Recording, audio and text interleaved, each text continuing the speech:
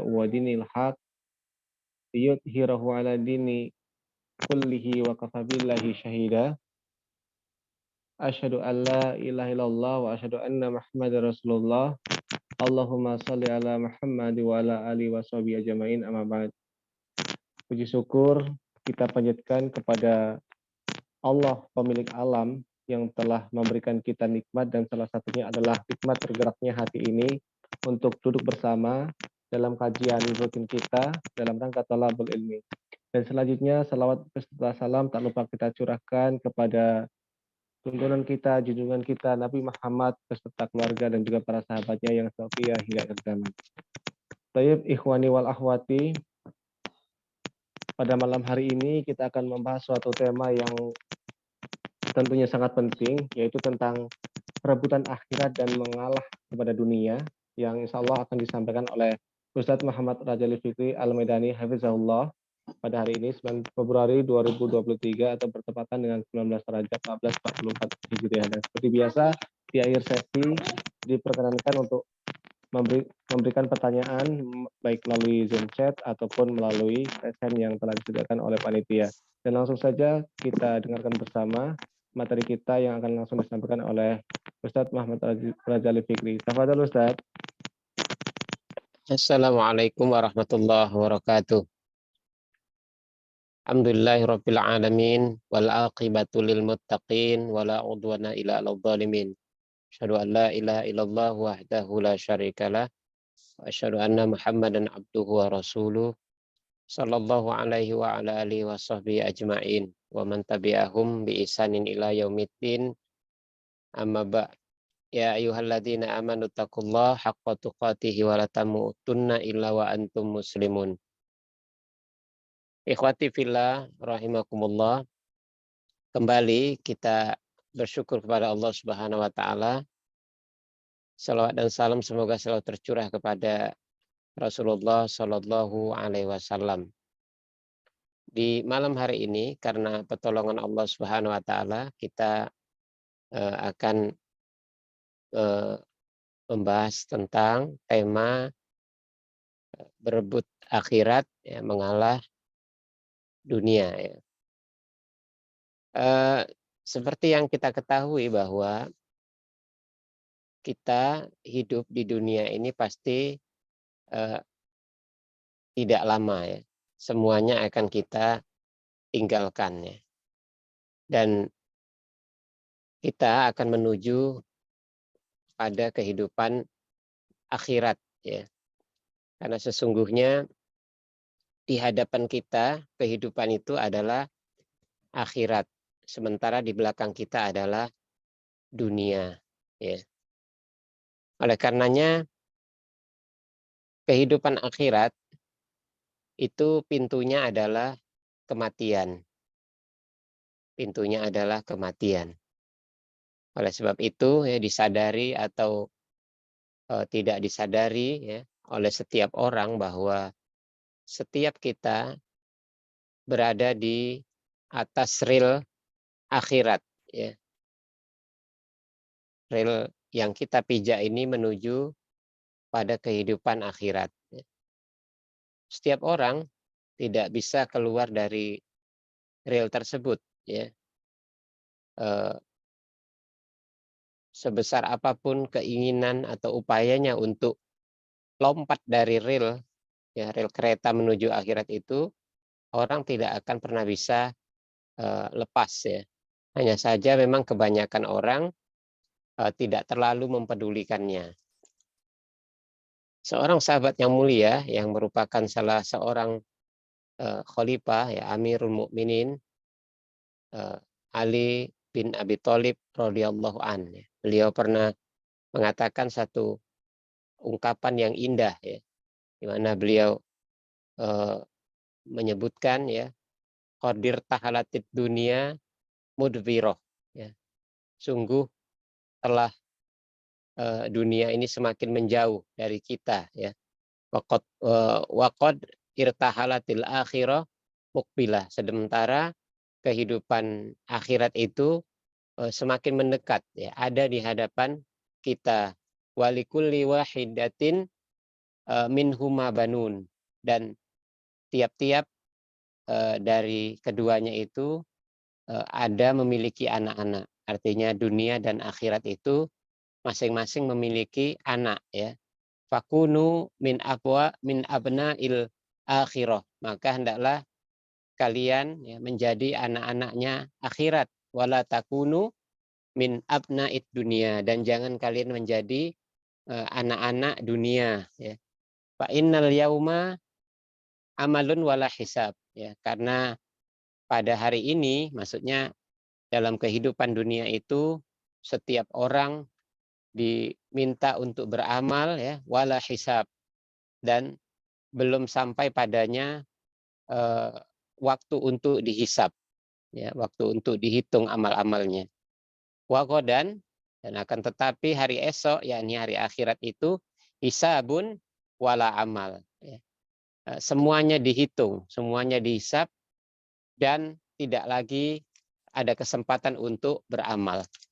Maka untuk motivasi ini, ya, agar setiap orang eh, mengenal akhirat lebih dalam, ya, serta memihak pada kehidupan akhirat itu, maka Allah dan Rasul-Nya banyak memberikan gambaran, ya, kepada kita tentang dua kehidupan ini, antara kehidupan dunia dan akhirat, ya. Di antara ayat-ayat yang Allah firmankan, ya, ini diantaranya adalah dalam surah Al-Hadid ayat 20, ya, di mana Allah berfirman, A'udzubillahi samil alim minasyaitonir rajim min hamzihi wa nafthihi wa nafsihi, i'lamu annamal hayatud dunya illa la'ibun wa lahwun wa zinatun wa tafakhurum bainakum wa takatsurum fil amwali wal aulad. Ketahuilah oleh kalian semua manusia bahwa sesungguhnya dunia itu, ya, hakikatnya adalah permainan dan senda gurau belaka. Permainan artinya urusan yang batil, dan senda gurau maksudnya perkara yang menyia-nyiakan saja. Watapa hurum bainakum wazinatun, dan dunia itu seperti perhiasan saja. Watapa hurum bainakum, dan dunia itu hakikatnya adalah berbangga-bangganya kalian, ya, di antara kalian itu saling berbangga-bangga. Wataka surum fil amwali wal audad. Begitu juga kalian berbangga-bangga tentang banyaknya harta dan anak-anak yang kalian miliki. Ini dunia yang Allah sebutkan. Kemudian Allah menyebutkan perumpamaan dunia itu dengan sesuatu yang agar dipahami oleh manusia apa hakikat dari dunia itu, ya. Kata Allah Subhanahu wa taala, kamatsali ghaitsin a'jabal kuffara nabatuh, ya. Dunia itu eh, seperti hujan yang turun, yang karena hujan itu menjadikan tanaman-tanaman, ya, atau pepohonan-pepohonan yang ditanam oleh petani itu tumbuh menjadi subur, ya, hijau. Ajabal kufar, yang membuat para petani itu terkagum-kagum, ya, terkagum-kagum melihat tanamannya menjadi subur dan hijau, ya. Summa yahiju, kemudian tanaman itu pun menjadi kering, ya, setelah hijaunya, ya. Fatarahu musfaron, kemudian mengering dia, ya, kau lihat dia mengering, ya. Summa yakunu hutoma, dan kemudian tanaman itu pun hancur, ya, tanaman itu hancur. Wa fil akhirati azabun syadid wa maghfiratum minallahi wa ridwan, ya. Sedangkan di negeri akhirat itu ada siksaan yang pedih, ya, ada siksaan yang keras, ya. Dan juga ada pengampunan dari Allah Subhanahu wa taala dan keridhoannya. Wa mal hayatud dunya illa mataul ghurur, dan tidaklah kehidupan dunia itu melainkan sesuatu kehidupan yang menipu. Ikhwati fillah rahimakumullah, Allah Subhanahu wa taala menyebut menyipati dunia itu dengan sesuatu yang bakal kering ya, kemudian hancur ya. Sebagaimana satu pohon yang awalnya kalau kita lihat ya, ada pohon atau tanaman yang dia hijau subur, kalau dia berbuah ya, rindang pohonnya, dan itu membuat setiap orang senang ya. Tapi tidak ada pohon yang kekal ya. Pohon itu dalam beberapa waktu ke depan dia menjadi pohon yang kering, daun-daunnya rontok, kemudian batangnya pun hancur ya, dan akhirnya dia lenyap ya. Demikianlah tamsilan dari dunia yang kita selalu berada di dalamnya, dan kita merasa nyaman di dalamnya, dan kita eh, ikut berkompetisi memperebutkan dunia itu ya. Maka seorang yang bergumul dan mendapatkan dunia seberapapun megahnya ya, pastilah dia akan hancur bersama apa yang ia raih ya. Kita katakan seorang raja ya, pasti dia akan hancur ya, akan musnah bersama kerajaannya ya. Kita tahu ada raja-raja terdahulu yang mereka menguasai eh, segala sesuatu yang ada di zamannya ya. Tapi raja-raja itu telah hancur ya bersama dengan kerajaannya ya. Kemudian seorang politikus mungkin dia akan hancur bersama kekuasaan yang ia raih ya. Tidak ada penguasa yang abadi ya. Penguasa sebentar saja dan dia akhirnya hancur bersama apa yang dia raih tersebut. Begitu juga seorang miliuner, ya, seorang konglomerat, dia akan hancur bersama kelimpahan harta yang dia miliki dan seterusnya. Oleh karenanya, ikhwati fillah rahimakumullah, tidaklah ada kita temukan ya, kecuali Allah dan Rasul-Nya memotivasi hambanya untuk mendapatkan sesuatu yang sifatnya kekal, ya, yang tidak akan hancur, ya. Itulah negeri akhirat, ya, di mana Allah Subhanahu Wa Taala dan Rasul-Nya menginginkan kita mendapatkan ganjaran yang baik, ya, di sisi Allah Subhanahu Wa Taala berupa surga. Oleh karenanya di Ali Imran ayat 14 Allah menyebutkan bahwa Allah lah yang memberikan anugerah ya berupa perkara-perkara yang disukai oleh manusia ya sebagai perhiasan dari dunia itu. Tetapi di ujung ayat ya Allah mengingatkan bahwa tempat kembali yang paling baik itu adalah ganjaran yang ada di sisinya, yakni surga ya. Zuyyina linnasi hubbus syahawati minan nisa'i wal banin ya. Dihiaskan kepada manusia itu sesuatu yang dia ingini, yang dia sukai dari pasangan-pasangan ya, wanita, istri-istrinya, dan wal banin, dan anak-anak. Wal qanatiril muqantarati minadz dzahabi wal fiddah. Dan Allah juga menghiaskan kecintaan itu kepada urusan harta yang berlimpah-limpah dari jenis emas dan perak. Ya. Wal khailil musawwamati wal an'am. Ya. Begitu juga kuda atau kendaraan, kemudian binatang ternak, dan sawah ladang. Ya. Dzalika mataul hayatid dunia. Ya. Itu semua adalah perhiasan dunia yang Allah berikan kepada kalian, dan dihiaskan kepada kalian itu kecintaan ya kepadanya. Wallahu indahu husnul ma'ab. Dan akan tetapi di sisi Allah adalah tempat kembali yang paling baik, yakni surga ya. Dan akan tetapi Allah Subhanahu Wa Taala ya, mensugesti kita dengan sugesti yang banyak sekali yang berkaitan dengan bagaimana supaya hambanya itu berlombanya bukan berlomba pada perkara-perkara yang mendapatkan sesuatu yang akan musnah ya.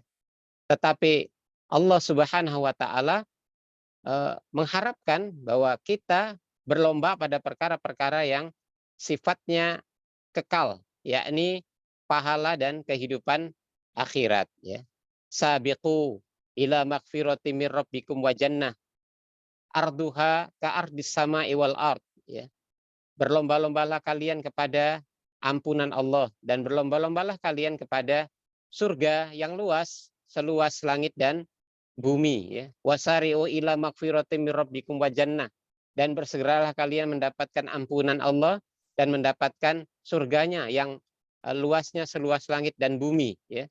Fastabiqul khairat, kata Allah. Maka berlomba-lombalah kalian dalam urusan kebaikan. Wa fi dzalika falyatanafasil mutanafisun, dan dalam urusan anugerah kenikmatan di dalam surga itu yang begitu mewah, maka hendaklah kalian berlomba-lomba untuk mendapatkannya. Ini semuanya motivasi yang datang dari Allah Subhanahu wa taala.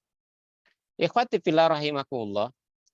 Lalu bagaimana sih sebenarnya yang disebut dengan berebut akhirat, ya? Seseorang tidak akan mungkin bisa, ya, memiliki mindset untuk cinta akhirat, ya, atau bahkan berebut akhirat, ya, kalau ia tidak memahami apa akhirat itu, ya. Kalau kita ingin melihat gambaran, ya, bagaimana sih, apa mungkin dalam kehidupan ini orang berebut dalam urusan akhirat, ya, maka kita akan mengembalikan ini pada gambaran yang paling ideal, yakni gambaran kehidupan para salafus solih, ya, orang-orang soleh terdahulu, ya, di mana kalau kita melihat gambaran mereka, ya, kita akan menemukan gambaran, ya, yang paling ideal, ya, bagi orang-orang yang menginginkan kebaikan dan keselamatan, ya. Mereka terhadap kemuliaan, ya, terhadap ketinggian akhirat itu benar-benar berburu, ya. Benar-benar mereka berlomba-lomba, ya, bersaing untuk mendapatkan kebaikan dengan persaingan yang sangat menakjubkan, ya, sangat menakjubkan, ya.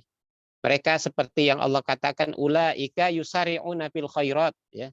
Mereka itulah orang-orang yang benar-benar bersegera menuju kepada kebaikan-kebaikan, ya. Wa hum laha sabiqun, dan mereka itu saling berlomba, ya. Ini tentu tidak akan kita temukan di kehidupan kita saat ini, ya. Ikhwati fillah, kita bisa mengingat kembali, ya, bagaimana satu riwayat menyebutkan Umar bin Khattab yang begitu cemburu kepada Abu Bakar terkait dengan kebaikan-kebaikan dan keutamaan-keutamaan Abu Bakar yang tidak pernah bisa disaingi, ya, setiap harinya, ya, setiap harinya. Satu hari ketika Khalifah Abu Bakar, ya, setiap ba'da subuh, ya, beliau itu berjalan menuju daerah daerah pinggiran kota Madinah, ya, dikuntit dan diikuti oleh Umar bin Khattab, ya. Kemudian Umar bin Khattab melihat Abu Bakar masuk ke dalam sebuah gubuk, ya, rumah yang sudah reot, ya. Kemudian mengerjakan sesuatu di dalamnya untuk beberapa waktu dan beliau keluar. Dan itu selalu dilakukan oleh Abu Bakar, ya, di rumah tersebut. Sampai satu hari Umar pun berusaha untuk masuk ke dalam rumah tersebut ketika Abu Bakar sudah bergegas keluar dari rumah tersebut.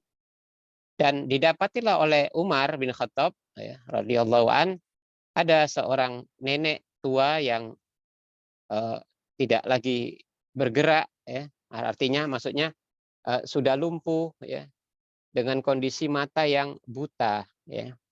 Maka dia pun bertanya kepada nenek tersebut, apa yang dilakukan oleh lelaki tadi?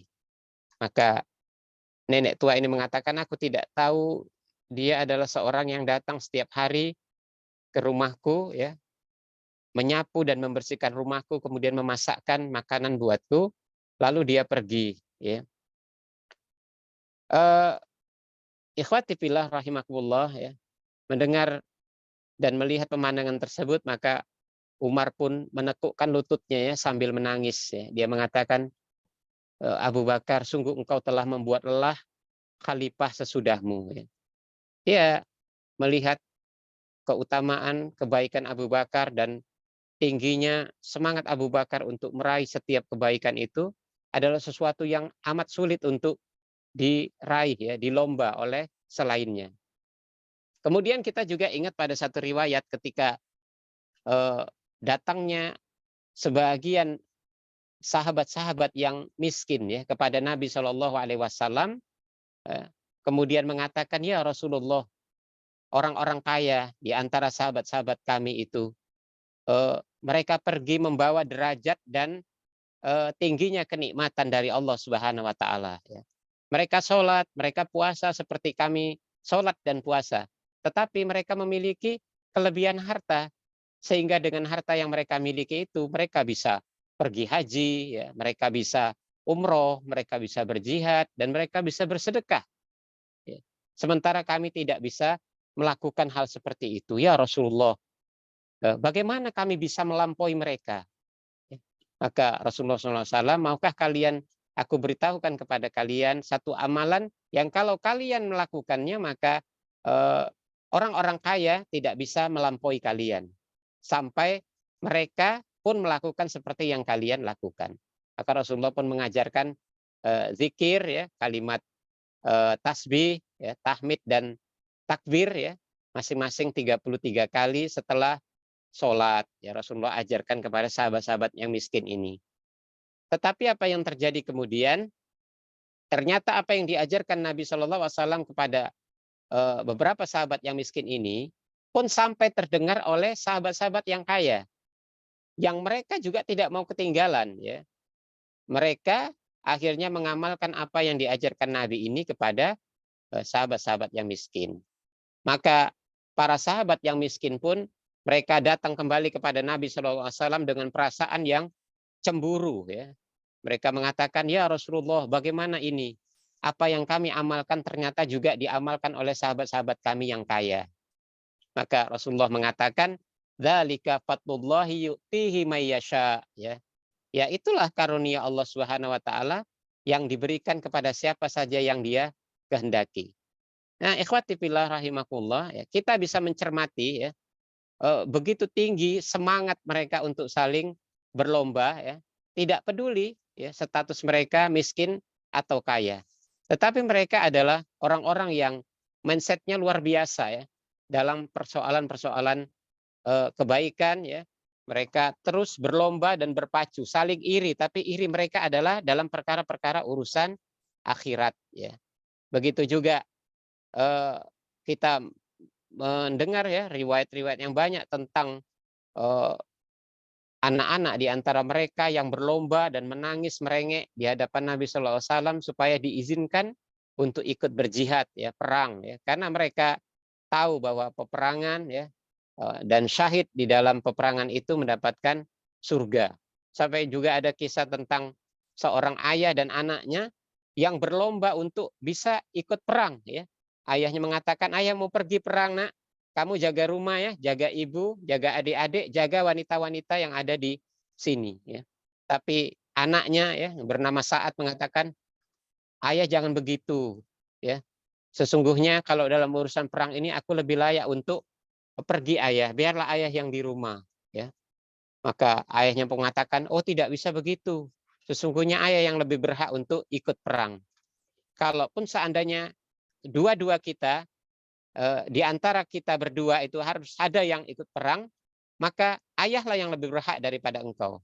Maka akhirnya karena anaknya tidak mau, ayahnya mengatakan, ayah kalau ini bukan urusan surga, maka aku akan mengalah sama ayah. Tapi ini karena urusan surga, maka aku tidak rela kalau ayah yang pergi, aku yang di rumah. Akhirnya ayah dan anak ini melakukan undian, ya, supaya lebih adil siapa yang harus berangkat ikut berjihad. Ternyata dalam undian itu dimenangkan oleh anaknya Sa'ad. Ya. Khaisama, ya, sang ayah akhirnya pun terdiam, ya, karena dia dikalahkan dalam undian tersebut.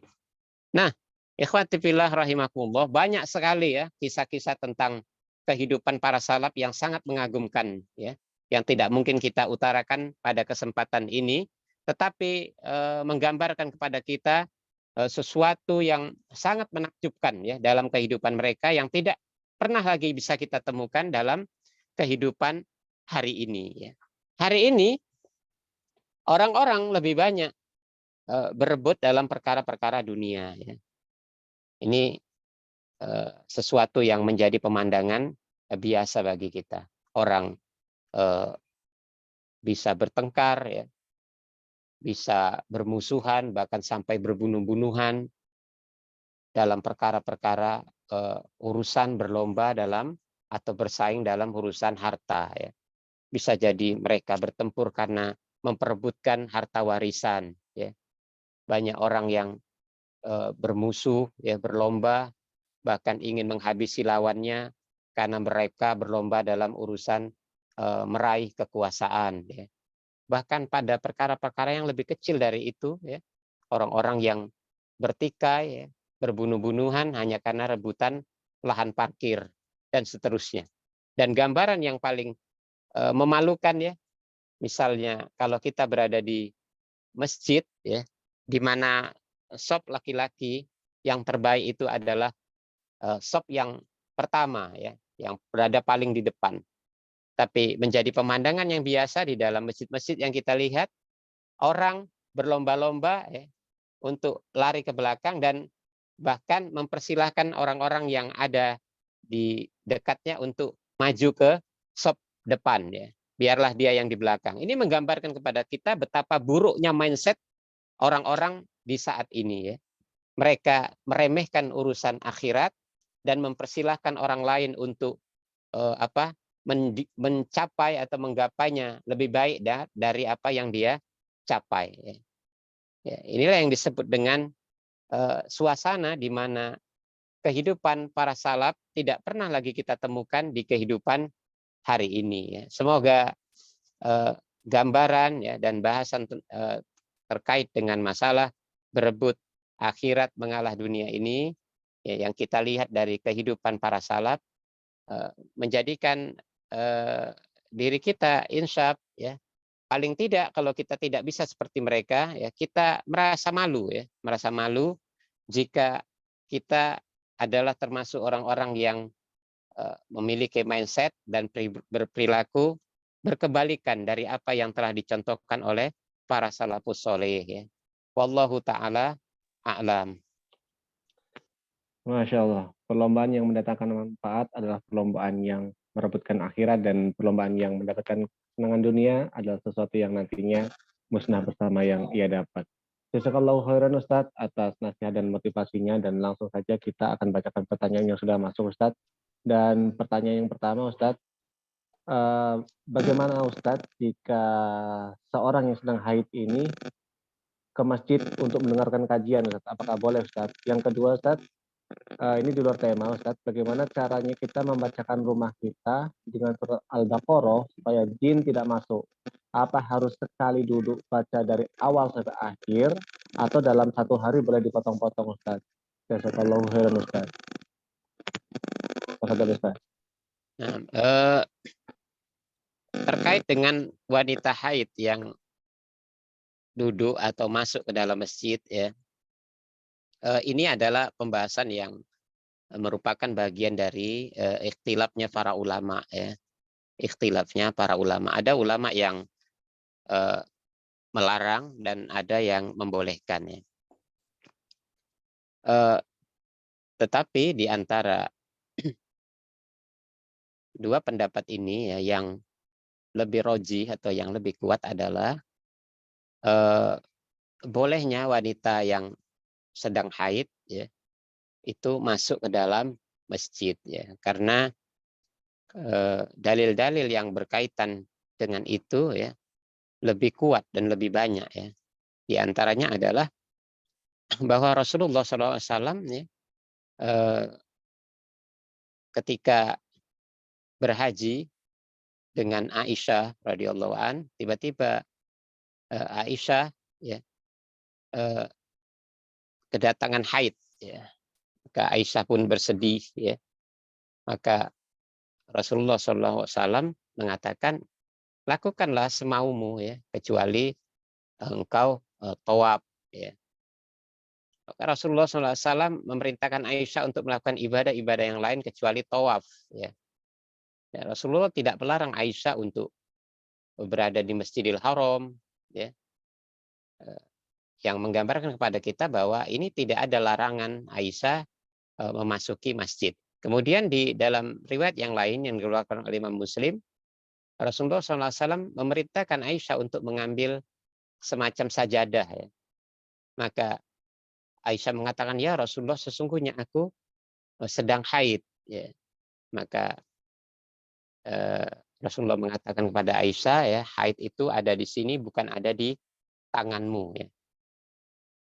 Kemudian di sisi pendalilan yang lain, yakni hadis yang diriwayatkan oleh Imam Muslim juga, bahwa di Masjid Nabawi itu ada seorang wanita yang tukang bersih-bersihin masjid ya. Tukang bersih-bersihin masjid, dan tidak sampai kepada kita satu riwayat yang Rasulullah mengatakan atau memerintahkan kepada perempuan ini untuk keluar dari masjid kalau dia sedang haid ya. Padahal wanita itu adalah wanita yang sehat ya, wanita yang kemungkinan dia mengalami haid ya setiap bulannya. Tapi Rasulullah tidak pernah mengatakan atau memerintahkannya untuk keluar dari masjid manakala dia haid. Dan ada beberapa pendalilan yang lain. Oleh karenanya dari sisi pendalilan yang banyak itu, para ulama ya yang mengatakan bahwa wanita yang haid boleh duduk di masjid mendengarkan kajian, ini adalah pendapat yang lebih kuat ya, insya Allah. Kemudian pertanyaan kedua tadi ada berkaitan dengan apa tadi? Bentar Ustaz. Pertanyaan yang kedua ini Ustaz, bagaimana cara membacakan rumah kita dengan surat Al-Baqarah? Terpotong-potong atau sekaligus dibaca Ustaz untuk mengusir jin? Iya, tentunya apa namanya, satu pendapat terkait dengan dibacakannya Al-Baqarah untuk satu rumah ya, karena setan akan lari dari rumah yang dibacakan padanya surah Al-Baqarah. Tentunya maknanya adalah dibaca sekaligus ya, surah Al-Baqarah itu dibaca sekaligus. Walaupun dalam penjelasan para ulama, tentunya meruqyah rumah yang dibacakan di dalamnya surah Al-Baqarah ya, bukan berarti seumur hidup dibacakan sekali, tapi dibutuhkan semacam apa namanya, konsistensi dari si pemilik rumah agar menjadikan rumahnya itu adalah rumah yang tidak disenangi oleh para seton ya. Di antaranya adalah menghidupkan rumah itu dengan ibadah ya, tidak menjadikan rumah itu menjadi tempat maksiat, dan tidak mengundang setan itu dengan perkara-perkara yang dia senangi ya. Di antara rumah yang paling disukai oleh setan itu adalah rumah yang di dalamnya selalu terbangun maksiat-maksiat ya. Kemudian rumah yang di dalamnya banyaknya gambar-gambar ya, atau bahkan mungkin ada patung dan anjing. Ini adalah rumah-rumah yang paling disukai oleh setan ya. Maka membacakan surah Al-Baqarah sebagai sebuah pengamalan hadis bahwa akan larinya setan dari rumah yang dibacakan surah Al-Baqarah di dalamnya ya, maksudnya adalah membacakannya sekaligus ya. Allahu a'lam.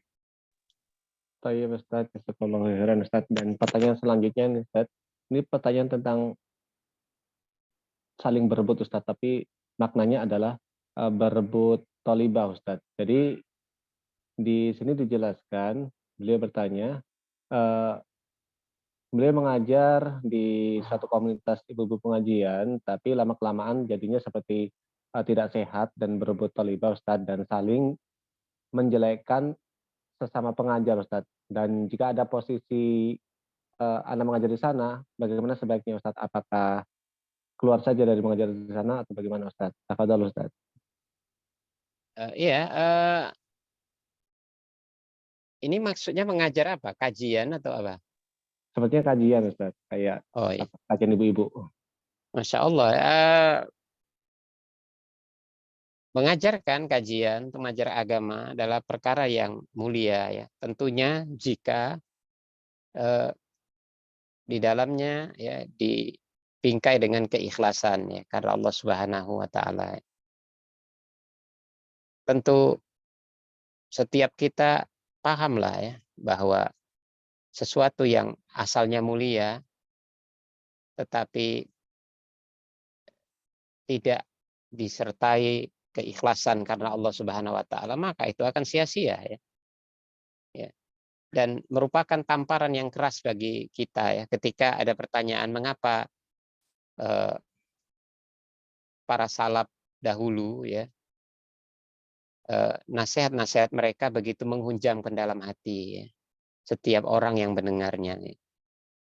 Jawabnya adalah karena para salaf mereka adalah orang-orang yang ikhlas ya. Mereka mengajarkan sesuatu ya karena Allah Subhanahu wa taala, dan ucapan mereka adalah untuk ketinggian Islam, dan mereka menyeru kepada Allah Subhanahu wa taala. Ya, adapun orang-orang sekarang ya eh, nasihat mereka ya, ungkapan mereka ya kebanyakan untuk mengajak manusia kepada diri mereka ya, atau kepada golongan-golongan mereka ya. Dan ini adalah satu gambaran ya ketidakikhlasan ya seseorang pengajar.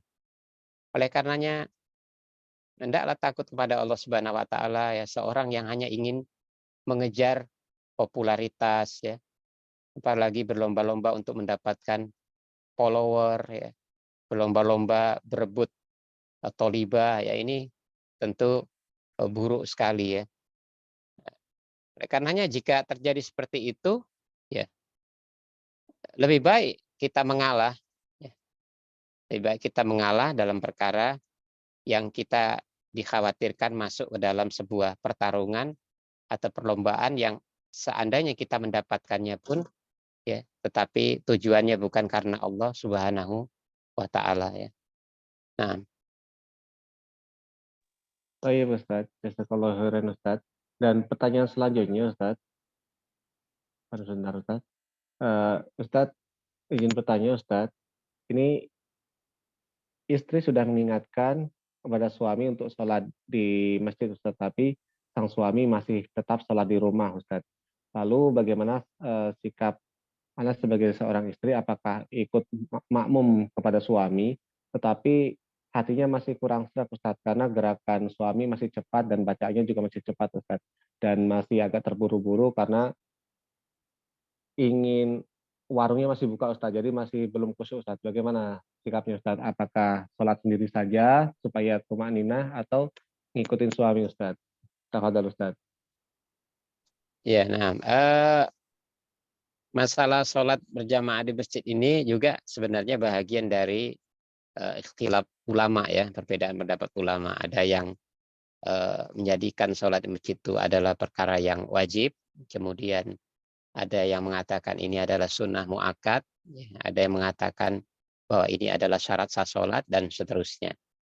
Dan kemudian ada perkara-perkara yang menyebabkan atau dilihat dari sisi aspek hukumnya ya, menyebabkan seseorang kadang dia uzur tidak ke masjid ya, atau perkara-perkara yang menyebabkan dia terhalangi untuk ke masjid. Ya, ini pembahasannya tentu amat panjang dan lebar ya, tidak bisa kita bahas pada malam hari ini. Dan adapun kondisi yang ditanyakan, misalnya suami di rumah, maka tentu lebih baik ya istri berjamaah dengan suami sholat. Ya. Adapun keadaan suami yang tidak sempurna dalam sholatnya, terutama saat ia menjadi imam ya karena bacaan yang terburu-buru atau bacaan yang kurang fasih dan seterusnya, maka tentu ini bahagian dari proses ya untuk menjadi lebih baik.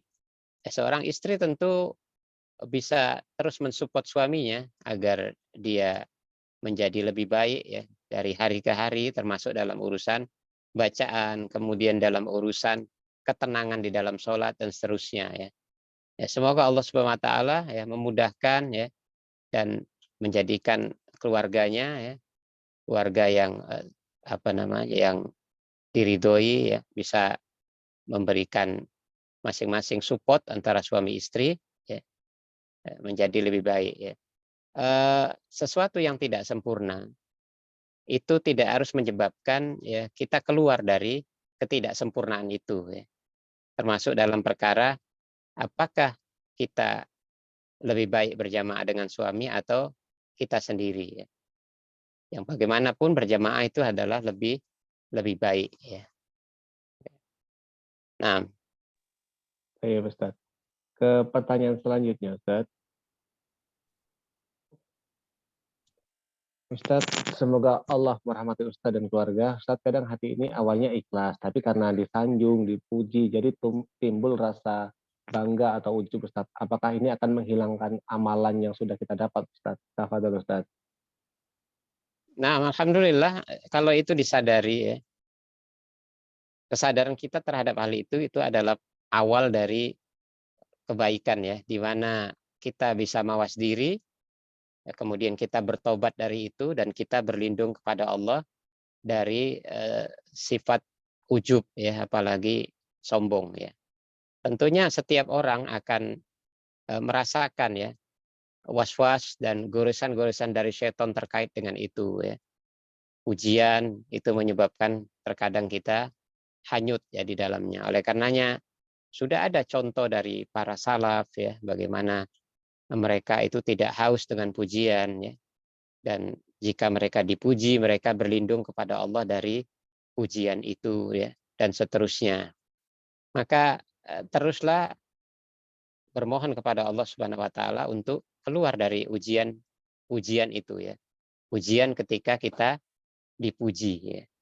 Jadikanlah pujian itu sebagai penambah semangat saja ya, tetapi kita baik ya bukan karena pujian ya, tetapi kita mengharapkan penilaian dari Allah Subhanahu wa taala. Seseorang yang sudah terlanjur dipuji kemudian dia hanyut dalam pujian itu, caranya supaya amalan yang dia lakukan tidak terhapus adalah segera berlindung kepada Allah Subhanahu wa taala dan dia berusaha untuk tidak hanyut di dalamnya. Setelahnya ya tentu ini bisa dijadikan bagi dia sebagai sebuah pelajaran ya untuk terus ya mengikhlaskan niat dalam setiap amal perbuatan. Nah, Saya Ustaz, jazakallahu khairan Ustaz. Dan pertanyaan selanjutnya Ustaz, ini tentang bagaimana cara kita mengajarkan ikhlas beribadah kepada anak Ustaz. Bagaimana cara kita mengajarkan agar anak ini mau beribadah ikhlas karena Allah Ustaz. Karena terkadang anak beribadah karena motivasinya takut dimarah orang tua Ustaz. Dan atau mungkin kapan fasenya anak diajarkan untuk ikhlas Ustaz. Tafadhol Ustaz. iya, ikhlas itu adalah perkara yang gaib ya sebenarnya. Kan dia berkaitan dengan masalah hati ya. Tentu ini bisa dilakukan secara bertahap ya, secara bertahap ya. Rasulullah Shallallahu Alaihi Wasallam pun sudah mengajarkan perkara yang terkait dengan perkara-perkara yang sifatnya eh, yang berkaitan dengan jiwa ya, di mana ketika Rasulullah menasihati Ibnu Umar ya, kun fit dunia ka anaka gharib au abir sabil. Ini kan Rasulullah mengajarkan kepada Ibnu Umar waktu itu Umar usia sekitar belasan tahun ya, 12 atau 13 tahun ya. Jadilah engkau di dunia ini ya, wahai anak ya, seperti seorang asing ya, atau seorang yang sedang safar di dalam perjalanan. Ini kan perkara yang terkait dengan perkara yang gaib, tapi Rasulullah sudah ajarkan. Maka fase-fase itu ya tentu bisa saja diajarkan kepada anak yang sudah nalar ya terhadap yang kita ajarkan. Kemudian di antara cara mengajarkan keikhlasan kepada seorang anak adalah dengan banyak bicara tentang Allah ya, ketauhidan ya, kebesaran, keagungan Allah. Di antaranya adalah eh, ketika kita membahas beberapa hadis-hadis yang berkaitan dengan kebesaran dan keagungan Allah. Misalnya Allah bersemayam di atas aras ya. Aras itu adalah makhluk Allah yang paling tinggi, yang paling besar, yang paling mulia, dan Allah berada di atas itu, bukan duduk di atas aras, tetapi berada di atas ketinggian dari aras ya. Tetapi Allah Subhanahu wa taala itu tidak tertutupi dari melihat makhluk-makhluknya. Ya. Allah mengetahui jumlah pasir-pasir yang ada di lautan. Allah itu tahu berapa helai daun-daun yang berguguran. Ya. Allah tahu jumlah ikan-ikan yang berada di lautan dan seterusnya. Ya. Jadi dia dikenalkan dengan Allah, sifat-sifat Allah, nama-nama Allah, gitu. Kemudian bahkan apapun yang dilakukan oleh hamba-hambanya, maka Allah mengetahuinya. Nah, di antara yang dilakukan oleh Luqmanul Hakim ya di dalam surah Al-Luqman itu kan terkait dengan masalah ketauhidan ya dan mengajarkan anak untuk takut dan ikhlas kepada Allah Subhanahu wa taala. Seperti ketika Luqman berkata kepada anaknya yang diabadikan Allah di dalam surah Al-Luqman itu ya eh, kalau nggak salah surah ke 16 ya, ya bunayya innaha intakum mithqala habbatin min khardalin fatakum fi sokhrotin au fis samawati au fil ardi ya'ti bihallah innallaha latifun khabir. Ya kata Luqman, hai anakku sayang, sesungguhnya apabila ada sebiji partikel atau sebiji atom yang disimpan di dalam batu, batu itu mau dilempar ke langit atau dipendam di dalam bumi, ya, maka pasti Allah akan mendatangkannya. Jadi perbuatan sebesar partikel yang paling kecil pun disimpan di dalam batu, dibenamkan ke bumi atau dilempar ke langit, Allah tetap akan bisa mendatangkan balasannya. Innallaha latifun khabir, karena sesungguhnya Allah itu maha latif, yakni maha halus ya penglihatannya, ya lagi maha mengabarkan. Ini adalah salah satu kiat ya dari Luqmanul Hakim ketika dia mengajarkan kepada anak akan keikhlasan ya dan takut kepada Allah Subhanahu wa taala. Ini bisa dipraktekkan dalam setiap orang tua ya untuk mendidik anaknya. Nah, Baik, Ustaz, jazakallah khairan Ustaz, dan insya Allah ini adalah pertanyaan terakhir Ustaz. Ini terkait tentang safar Ustaz. Bismillah, hafal Ustaz, izin bertanya. Kalau kita sedang safar, tapi ketika sholat zuhur dan asar, kita tidak jamak Ustaz. Apakah di sholat maghribnya juga harus begitu juga Ustaz? Nggak usah dijamak juga Ustaz. Selanjutnya, keluarga Anda sedang sakit, beliau bisa berdiri dan rukuk, tapi ketika hendak sujud, beliau tidak bisa Ustaz. Jadi posisi sujud yang benar bagaimana Ustaz ketika keadaannya semacam itu Ustaz? Tafadhol Ustaz. nah dalam safar ya yang memang masuk dalam kategori safar berdasarkan uruf yang berlaku di setiap daerah, ya, setiap area, maka yang utama adalah mengambil rukhsah yang Allah berikan ya. Ada jamak qashar ya, dalam sholat itu. Walaupun seandainya tidak diambil jamak qasharnya, maka sholatnya tetap sah ya. Dan tidak ada kaitannya ya seorang musafir yang tidak menjamak antara zuhur dan asar, dia harus tidak menjamak juga maghrib dengan isya ya, itu enggak ada kaitannya. Yang terbaik dia mengambil jamak dan qasharnya. Kalau dia enggak kerjakan jamak qashar di zuhur dan asar, maka maghrib isyanya dia boleh dijamak qashar ya.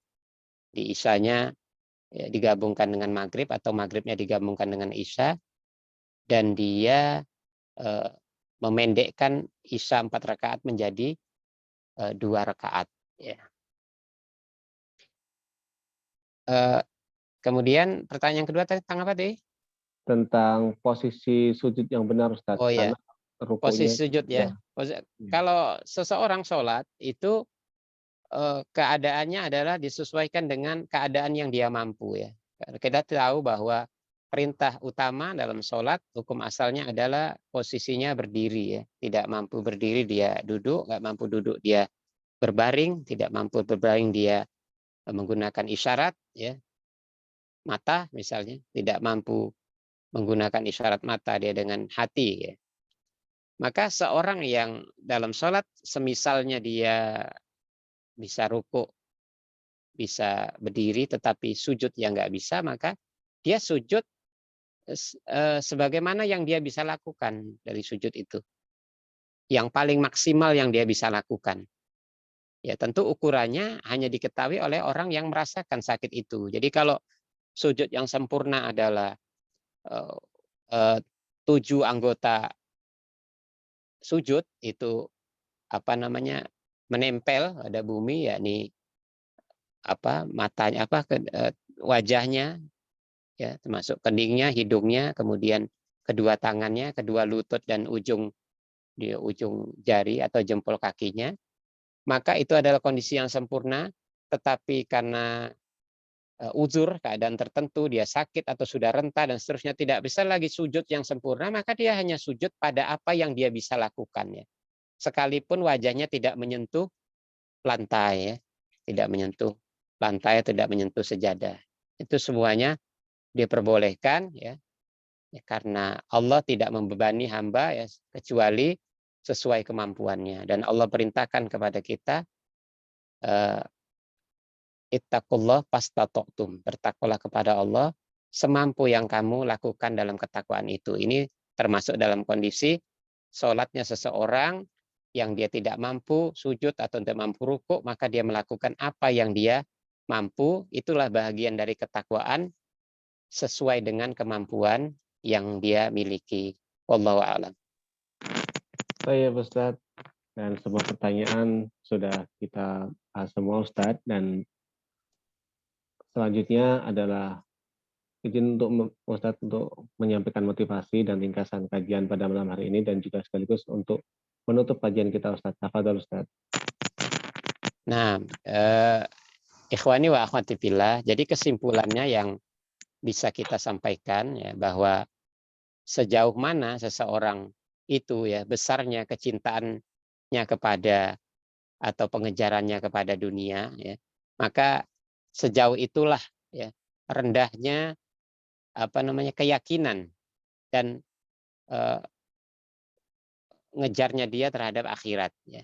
Karena antara dunia dan akhirat itu selalu membelakangi, dan inilah yang kebanyakan manusia mengejar, ya, mati-matian, ya, urusan dunia, lalu dia melupakan akhirat, ya. Kita katakan, ya, bahwa orang-orang yang terlalu berlebihan dalam urusan dunia, ya, seperti yang Allah sebutkan, bahwa ini adalah sifat dasar dari orang-orang kafir, ya. Bal tu'sirunal hayatad dunya wal akhiratu khairu wa abqa. Dan akan tetapi kalian selalu mengutamakan kehidupan dunia, padahal akhirat itu adalah hal yang lebih baik lagi, lebih kekal.